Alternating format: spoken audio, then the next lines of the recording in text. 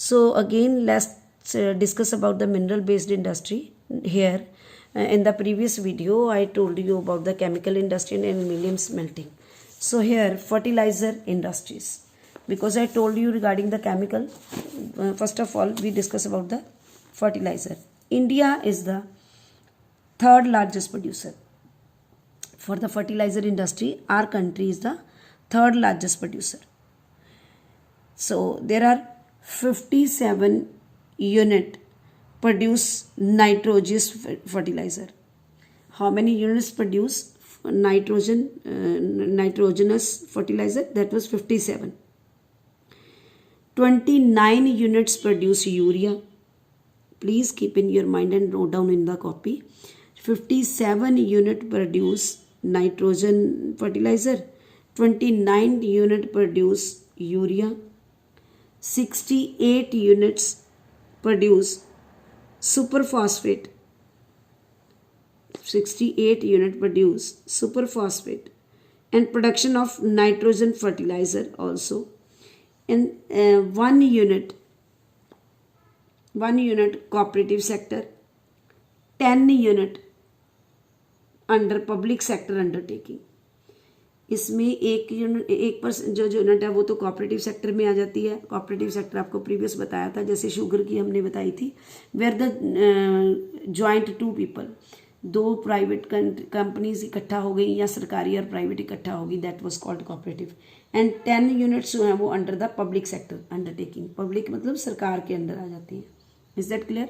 So here important producing centre Gujarat, Tamil Nadu, Uttar Pradesh, Punjab, Kerala, Andhra Pradesh, Odisha, Rajasthan, Bihar, Maharashtra, Assam, West Bengal, Goa, Madhya Pradesh and Karnataka.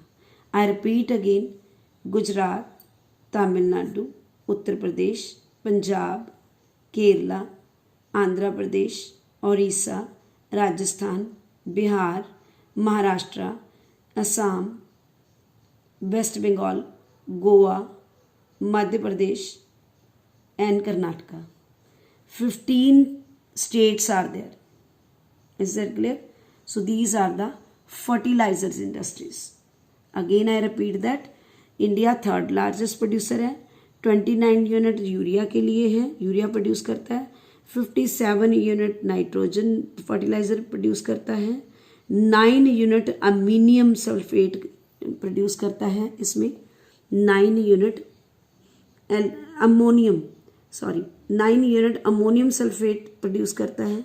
68 unit super phosphate produce करता है, और 1 unit cooperative societies and 10 unit public है. Is that clear? और nitrogenous fertiliser की production भी होती है. Is that clear? So next we are talking about cement industry. Cement industry first of all essential for construction activity. ये तो आपको पता ही है, सीमेंट सबसे ज़्यादा ज़रूरी होता है किसी भी चीज़ को कंस्ट्रक्ट करने के लिए. इसका जो रॉ मटेरियल है रिक्वायर होता है are limestone, silica, gypsum, coal, electric power and efficient transport system. Raw material require में आ जाएगा लाइमस्टोन, सिलिका और जिप्सम. कोल यूज़ किया जाता है उसमें, उसको चलाने के लिए मशीन्स को. इलेक्ट्रिसिटी पावर यूज़ की जाती है, इसको जो भी मशीनरी चलती है, some are run by the coal and some are run by the electricity. तो इसके लिए ट्रांसपोर्टेशन भी एफिशिएंट चाहिए होते हैं क्योंकि काफ़ी बल्कि होता है ये. Increase in production due to the control of price and distribution.